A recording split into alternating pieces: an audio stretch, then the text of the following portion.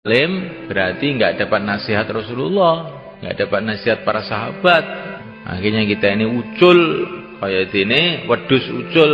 Wedhus ini ucul akhirnya hilang, ngebyong tandurane wong, gitu.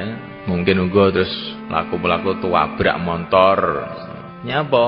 Mergo cencange ilang, dadunge ilang. Lah dadunge wong urip niku taklim niku. Nek gak gelem taklim, dadunge ilang. Insyaallah mulai kan? Insyaallah. Taklim ini penting ini. Kita ini punya pimpinan Rasulullah, nggak pernah baca ceritanya, harus gimana? Kita oleh Allah dikasih contoh generasi yang diridhoi Allah, para sahabat, nggak pernah baca ceritanya, gimana? Akhirnya muncul.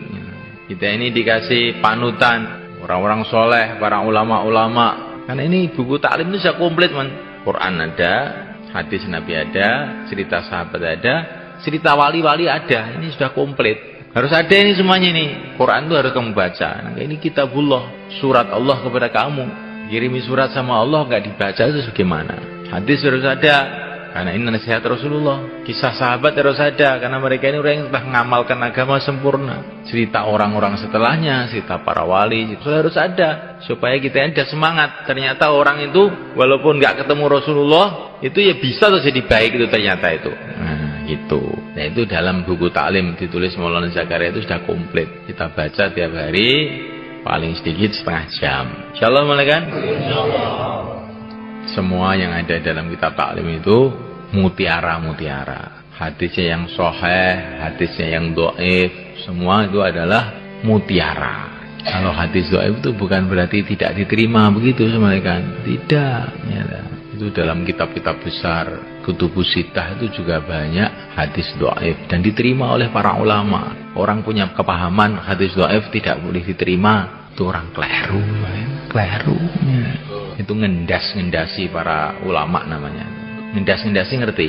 Ngendas-ngendasi ngerti mboten? Mana nih? Wong keminter. Wong keminter orang Jawa.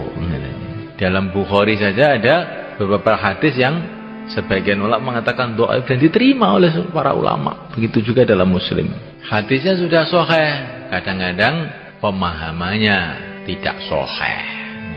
Maka Allah Subhanahu wa taala itu menjadikan nabi kita ini nabi terakhir, enggak ada nabi lagi.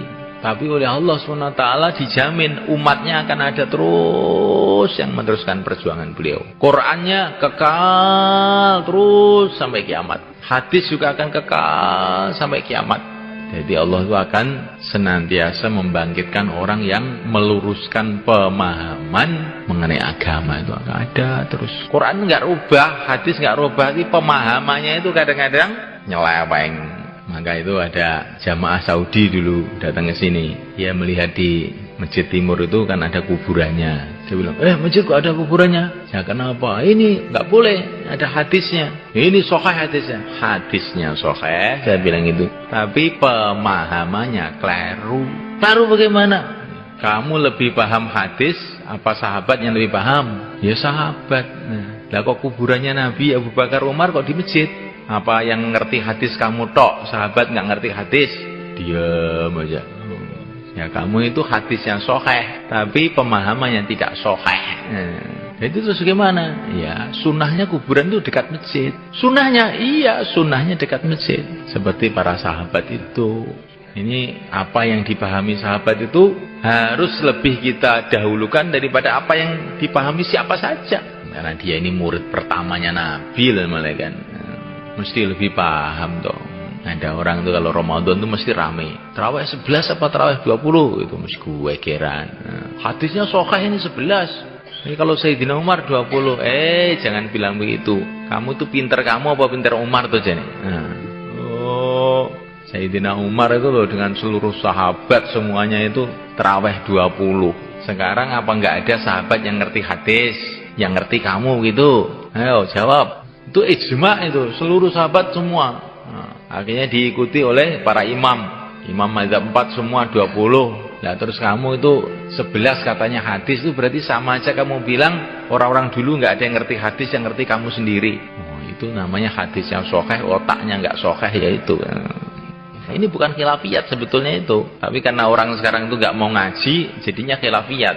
Bukan khilafiyat ini. Ya, sebetulnya sudah ijma' kuat. Ijma' itu sudah mufakat semua ulama. Terus teko-teko ngomong saenake dhewe itu piye kaya ngono kuwi. Jadi sebenarnya kan Allah SWT, inilah keistimewaan umat ini sebenarnya kan. Ada terus orang yang memperjuangkan agama. Saya kira dulu itu sebelum ada usaha-usaha dakwah itu sebenarnya kan, yang bisa mengislamkan orang itu saya kira Wali Songo tok. Sahabat terus Wali Songo, yang lain-lain nggak bisa. Tapi setelah ada dakwah ini ternyata anak-anak kecil bisa mengislamkan orang. Kemarin beberapa tahun yang lalu di Bromo itu jamaah mengislamkan banyak orang. Ternyata janji Allah, bila kamu tolong agama Allah, Allah akan menolong kamu, itu bukan hanya untuk sahabat saja, bukan untuk orang dulu saja, bukan untuk Wali Songo saja. Kita pun sekarang kalau mau berbuat seperti perbuatan mereka, janji Allah akan datang juga. Insyaallah kan?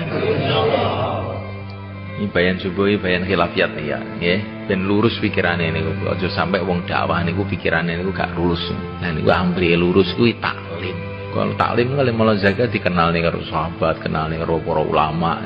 Jadi agama itu harus ikut orang-orang yang paham. Insyaallah kan?